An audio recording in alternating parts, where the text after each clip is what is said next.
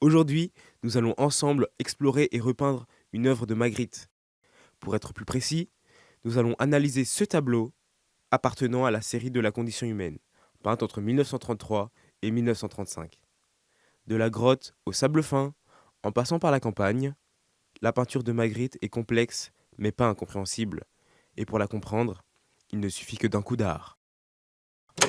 La condition humaine nous transporte dans un intérieur aux couleurs assez sombres et ternes. Tout cela en contraste avec un extérieur représentant un paysage de campagne vivant et lumineux que l'on peut apercevoir à travers une grande fenêtre. Devant cette même fenêtre, une toile représentant le prolongement du paysage.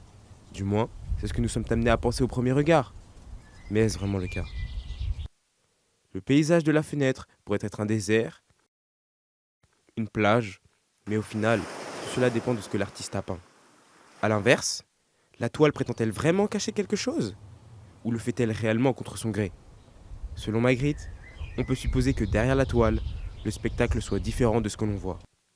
De plus, ces réalisations sont généralement des œuvres à deux étages, alliant une lecture visible et invisible de ces dernières.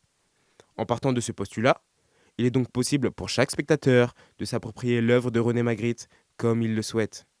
Il peut s'arrêter au premier étage, ou décider de monter au deuxième étage et d'explorer l'inconnu qui s'offre à lui.